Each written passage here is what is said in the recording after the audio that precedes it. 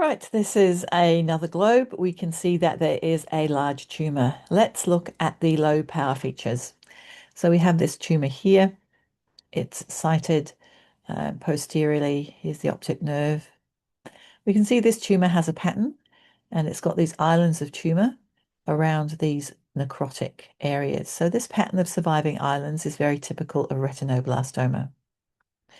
Other things that we can notice is the tumor goes through here. We'll want to look very closely at the choroid to see if there's choroidal invasion.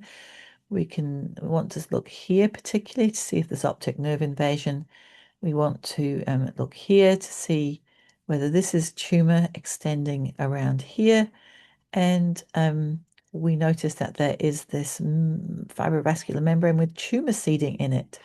The angles are open, the irises look normal, the cornea looks normal. It's really important to look at it at low power so you can look intelligently at a slide. But the first thing we always love to do is to work out what it is. So let's do that. Let's move in closer here. So we suspect it's a retinoblastoma. So we're looking for small blue cells that form rosettes. And here we go. So one of the things we need to look out for is whether they are pseudo rosettes, which is like just clearing around blood vessels, or true rosettes. And we can see some true rosettes in this area. This is a true rosette. It's got a hole in the middle, so it is a Flexner-Wintersteiner rosette.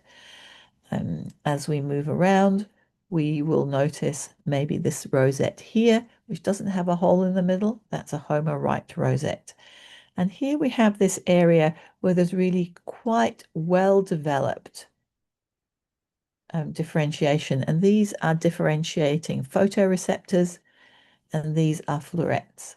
So we've got a retinoblastoma in which we've got all three types of differentiation. This would be a well-differentiated retinoblastoma. So what we're going to do now is move posteriorly because we want to work out things that are important to stage.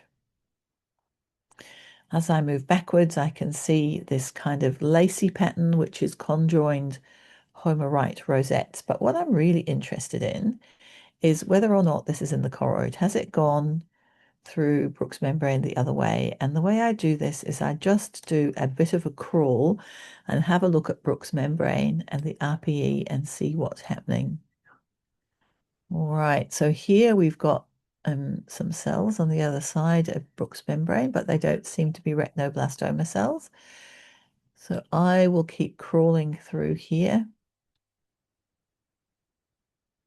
All right, so here we have Brooks membrane outlined by the RPE, I think, and we can see that there are retinoblastoma cells on the other side of it. So this is choroidal invasion, and the size of the choroidal invasion determines whether it's a massive choroidal invasion. It's got to be more than 3 millimeters, which this isn't, to be massive choroidal invasion. All right.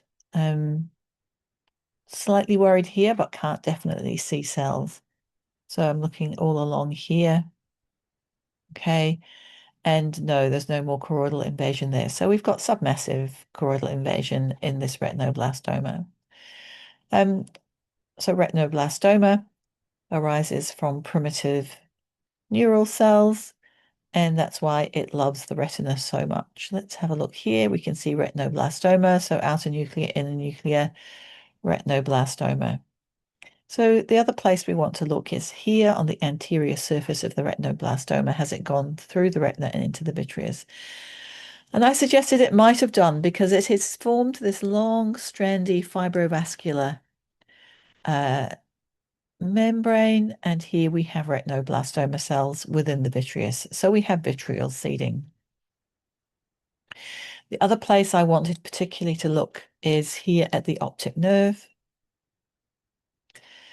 So we've got to decide, is it invading the optic nerve? Here is the lamina, and we can see tumor cells here. So they're definitely not intralaminar or postlaminar, but as we become closer here, we can see that we have some prelaminar invasion. Here are the optic nerve. We've got the astrocytic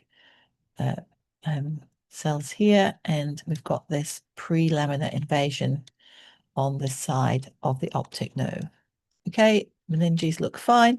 And then we can see the seeding here along the anterior surface of the retina. So we can't tell really just by looking whether these are new tumors or not tumors. It certainly does look like seeding to me, but I find it very hard to determine whether or not it's all retinoblastoma around here. Hard to determine whether or not this is a familial or sporadic retinoblastoma. The best way to do that is to look at the genes of the person. Okay, so that was my guide to this slide. Thank you.